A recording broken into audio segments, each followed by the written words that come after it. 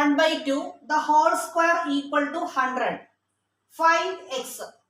അപ്പൊ ഇവിടെ ഞാൻ ലെഫ്റ്റ് സൈഡിലും റൈറ്റ് സൈഡിലും സ്ക്വയർ റൂട്ട് എടുക്കാൻ പോവാണ്. അപ്പൊ എക്സ് പ്ലസ് 1/2 ദ ഹോൾ സ്ക്വയറിന്റെ സ്ക്വയർ റൂട്ട് എന്താണ്?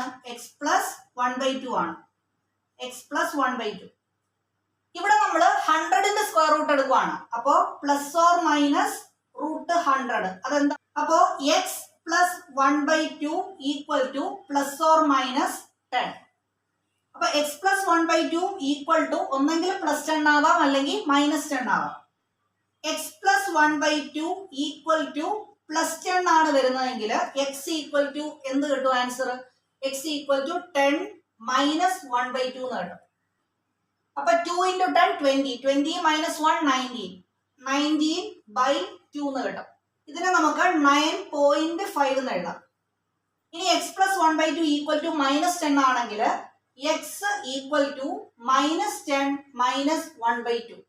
Minus 10 into 2 minus 20. അപ്പോൾ മൈനസ് 20 മൈനസ് 1 ഡിവൈഡഡ് ബൈ 2. അപ്പൊ എക്സ് ഈക്വൽ ടു മൈനസ് 21/2. ഇതിന്റെ ആൻസർ മൈനസ് 10.5 എന്ന് കിട്ടും. അപ്പൊ എക്സിന് രണ്ട് ആൻസർ കിട്ടും. ഒന്നെങ്കിൽ 9.5 അല്ലെങ്കിൽ മൈനസ് 10.5. അങ്ങനെയാണെങ്കിൽ y plus 1/5 the whole square equal to 25. Find y. ഇതിന്റെ ആൻസർ നിങ്ങൾ കമന്റ് ചെയ്യുക.